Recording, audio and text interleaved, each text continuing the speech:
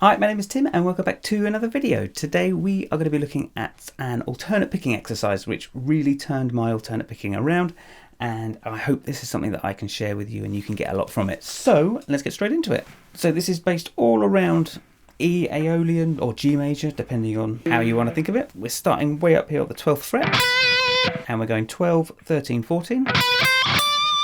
Then we're moving up to the E string and we're going 12, 14, 15. And with alternate pickings, we're going down, up, down, up, down, up, down, up, and we're never changing. Down, up, down, up, down, up. And then what we do when we get to that top G note is we're coming back down to the 12th fret. And then we're shifting from the 12th fret up to the 14th. And we're going 12, 15, 17.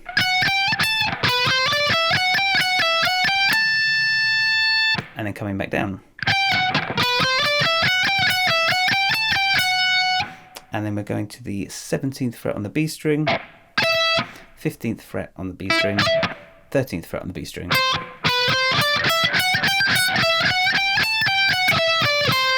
And then we're repeating the whole pattern again.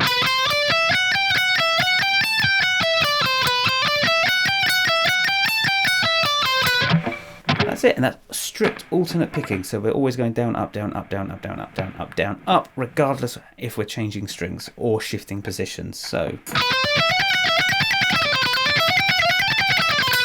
one of the key things to getting alternate picking right is you want to make sure that your right hand wrist is flexed out. Now, I spent the best part of 10 years, maybe 15 years, alternate picking with my wrist turned in like this. It wasn't until I had lessons with Martin Goulding. If you don't know who he is, you can go and check him out. I'll leave a link to his channel down here. Told me that I need to pull my wrist out, and if he ever sees this now, he will probably still tell me that my wrist isn't far enough out, but it's getting better. And the reason being is that if you keep your wrist tucked into the guitar like this, when we do this upstroke on the top string to the downstroke on the B string, what we refer to as outside picking, because we're picking from the outside to the outside of the E and B strings. If your wrist is tucked in,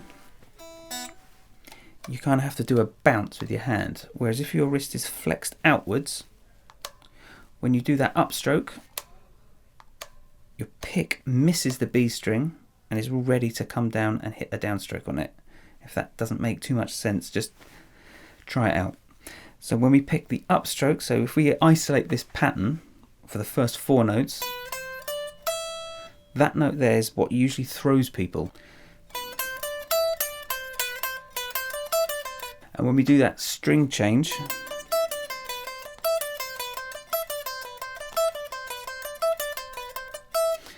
if our wrist is flexed out, when we do that upstroke on the top E note, there, our hand is naturally coming away and not wanting to hit the B string. Whereas if we have our wrist tucked in, we have a risk of catching it. And we have to kind of hop over so that we don't hit the B string. But when our wrist is flexed out, it misses that B string. It kind of moves diagonally away from the guitar strings and then comes back down diagonally to hit that B string, as opposed to coming up straight and then having to hop over. Try it with your wrist turned in and then try it with your wrist turned out. It will feel really uncomfortable if you're not used to doing it, but it will make all the difference, I promise you. So that exercise then, if you want to sort of take it a step further, we can just move it down onto the G string. So it will go something like this.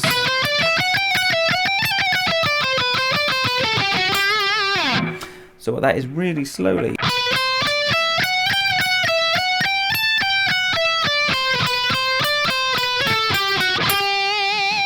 And it kind of finishes off, sounds like a phrase.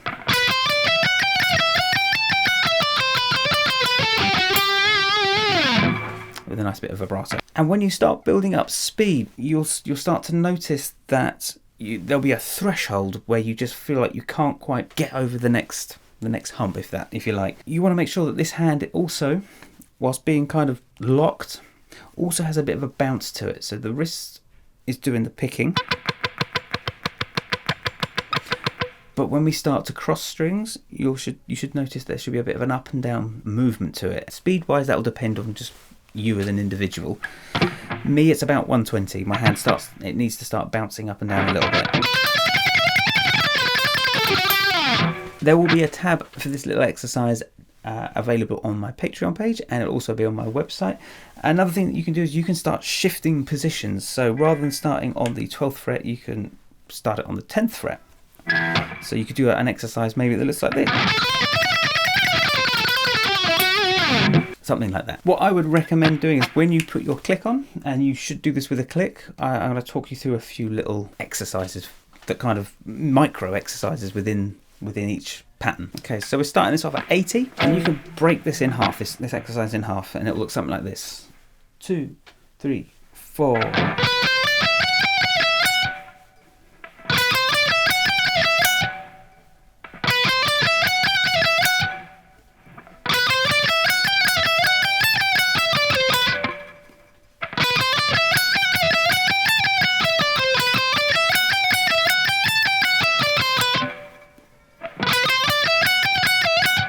So what we're doing is we're just playing the first bit, and then we're shifting up and hitting that F sharp on the first beat of the bar.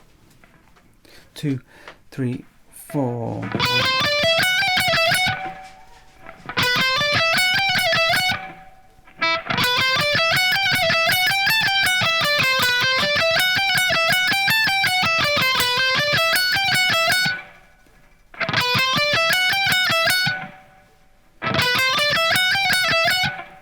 There, and then if you want to start taking the tempo up, you can take it up. I would recommend taking it up in increments of 10 or 20, and you really want to try and find where the exercise starts to fall apart, and then notch it back a couple of beats. So if we're doing this at 80 and you're finding it way too easy, just take it up to 100.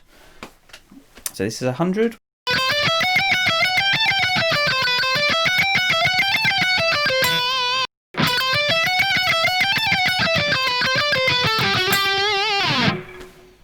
$120, 2, 3, 4.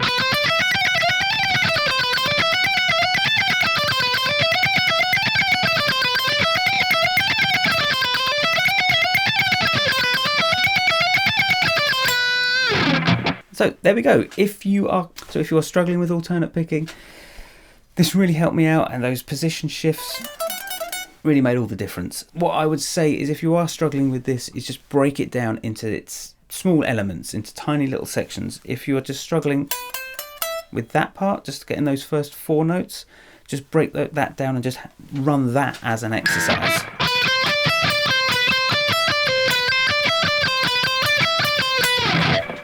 Also, how you hold your pick makes a difference. I tend to hold my pick, so I've got the flat side of my finger. Let's see if I can get it in some light, and the pick sits on top of that, so I'm not holding it between my fingers. It's resting on the top of my finger. So if you hook your finger like this, pick sits on top, and your thumb grips it, and that's how I hold my pick.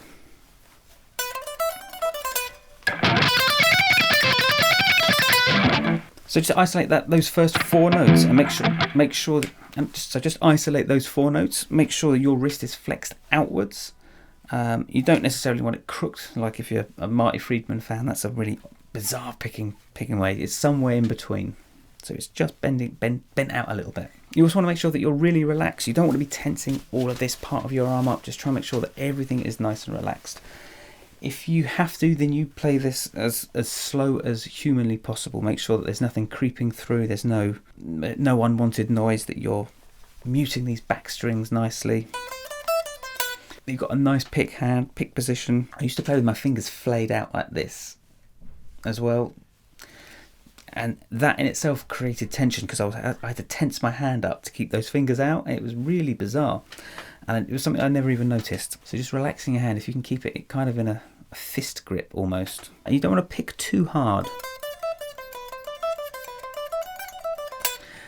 A bit of a misconception with alternate picking is it's something that's got to be done really hard and aggressive, and that's not the case at all. You pick it super lightly.